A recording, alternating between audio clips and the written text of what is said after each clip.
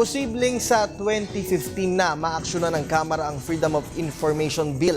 Inihag po ito ni Congressman Teddy Browner Bagilat, isa sa mga author ng nasabing panukalang batas. Ayon po sa kanya, abala ngayon ang mga mambabatas sa pagtalakay sa proposed Bangsamoro Basic Law at ang mga pagdinig pa sa Mindanao. Layunin ng BBL ang makabuo ng isang Bangsamoro political entity na siya namang papalit sa Autonomous Region in Muslim Mindanao. Target po ng ad hoc panel na pinamumunuan ni Congressman Rufus Rodriguez na aprobahan ng BBL sa plenary sa darating na Disyembre 17. Iginigiit ngayon ni Senador Juan Edgardo Angara na isabatas agad ang panukala na magbibigay ng tulong pautang sa mga overseas Filipino workers.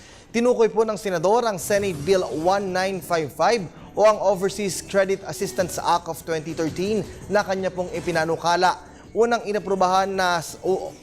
pong inaprobahan ito sa Kamara de Representante ang bersyon ng panukala sa ikalawang pagbasa. Nakatakda naman itong pagtibayin sa ikatlo at huling pagbasa ngayong darating na linggo. Partikular po na layunin ng panukalang batas na makapagtatag ng Credit Assistance Program para sa mga OFW. Ito ay para po makabayad ang mga ito sa kanilang recruitment fees at iba pang gastusin sa kanilang pag-a-apply ng trabaho abroad. Ayon kay Angara, wala ring kinikita ang mga OFW sa pagtatapos ng kanilang mga kontrata dahil sa pagbabayad ng mga utang ng mga ito.